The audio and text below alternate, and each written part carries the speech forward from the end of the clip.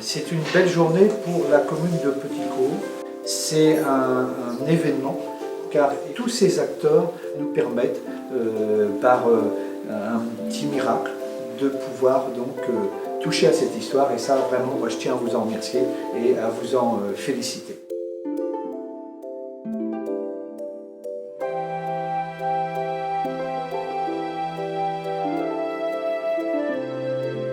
Durant la journée européenne du patrimoine, le musée d'histoire de la vie quotidienne de Saint-Martin-en-Campagne a permis au public de découvrir le résultat de fouilles archéologiques qui ont eu lieu sur le territoire de Petit-Caux. Retour en images sur cette exposition temporaire.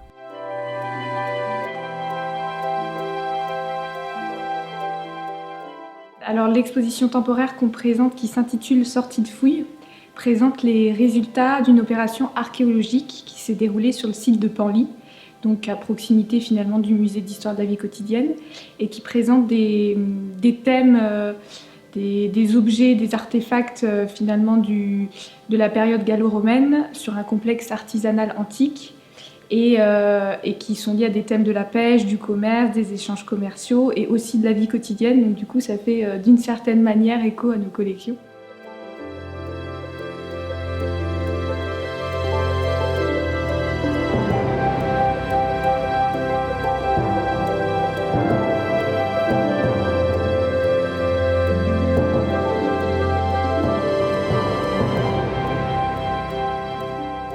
Cette exposition est issue d'une rencontre entre plusieurs acteurs.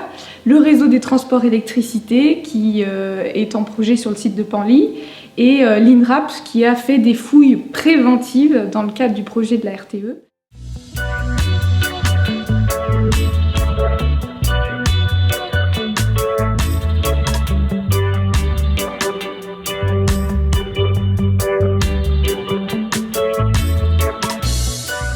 RTE, donc c'est le réseau de transport électricité, donc une entreprise qui assure le lien entre les lieux de production d'électricité et les lieux de consommation d'électricité. À ce titre, donc nous devons, dans notre mission de service public, de raccorder au réseau électrique tous nos clients. Et on a un client, pas loin d'ici, qui s'appelle Marine Dieppe-le-Tréport, qui construit un parc d'éoliennes en mer à Dieppe-le-Tréport. Et nous allons, pour effectuer ce raccordement, construire un poste électrique sur la commune de Petit-Caux. Pour faire du terrassement, nous devons faire un diagnostic archéologique. Ce diagnostic a révélé que ce site était intéressant. Lorsque les fouilles sont prescrites, là on a fait un appel d'offres pour mettre l'offre en concurrence et c'est finalement l'INRAP qui a gagné ce marché.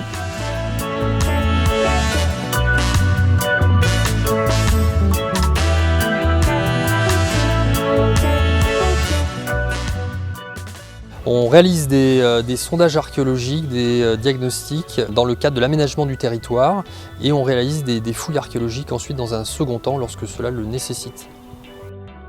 On est intervenu pendant 7 mois de terrain avec une équipe d'une dizaine d'archéologues pour fouiller une occupation antique. Et donc lorsque l'on quitte le terrain, en fait, c'est la partie émergée de l'iceberg, hein, la phase terrain. Ensuite, il y a une grosse phase de travail en laboratoire où on va analyser toutes les données qui ont été récoltées au moment du terrain. Et on a 2 ans pour rendre le rapport. Donc là, c'est l'occasion de présenter au public les premiers résultats de ce chantier de fouille.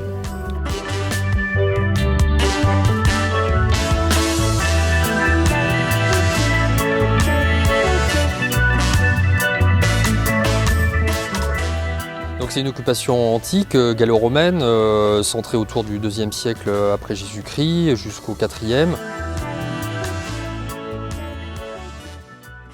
Alors dans les choses un petit peu sympathiques qu'on peut découvrir dans le cadre de l'exposition, il y a une meule notamment entière, quelques objets de céramique qui ont été recollés, aussi un calice.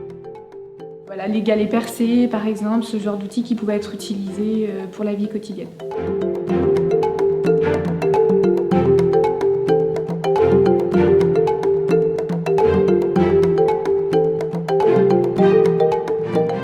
découverte d'hameçons est intéressante, surtout la quantité. Il y a une centaine d'hameçons qui ont été trouvés, exhumés lors de la fouille, et aussi des fours qui pourraient servir à diverses activités, mais en lien en tout cas avec la pêche.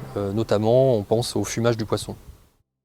Ça démontre en tout cas de l'activité, le travail de l'archéologie, c'est vraiment d'essayer de comprendre l'organisation spatiale d'un site, qu'est-ce que les hommes ont fait à cet endroit-là, comment ils y ont vécu, quelles étaient les activités menées. Là en l'occurrence, la découverte d'hameçons en quantité de pêche nous renseigne sur une activité halieutique qui est au final assez peu documentée à l'heure actuelle. Donc ce chantier va permettre vraiment de travailler sur ces questions-là.